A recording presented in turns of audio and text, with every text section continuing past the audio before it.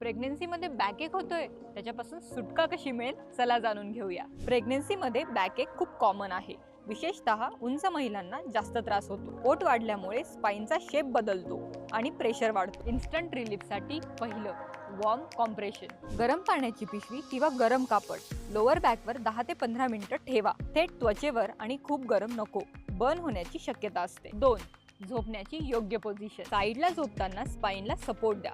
वरचा पाय थोडा वाकवा, पायांमध्ये पिलो ठेवा आणि पोटाखाली पिलोने सपोर्ट घ्या। यामुळे स्पाइनला आराम मिळतो। 3. प्रीनेटल योगा आणि स्ट्रेचेस, पेल्विक टिल्ट, कॅट काऊ सारख्या पोजेस बॅक एक कमी करतात, पण हे सगळं योग्य मार्गदर्शनाखालीच करा। यामध्ये अजून काही गोष्टी अवॉइड करू शकतात, जसं की अचानक उठणं, अचानक बसणं, हाय हिल्स, डान्स, खूप वेळ उभं राहणं।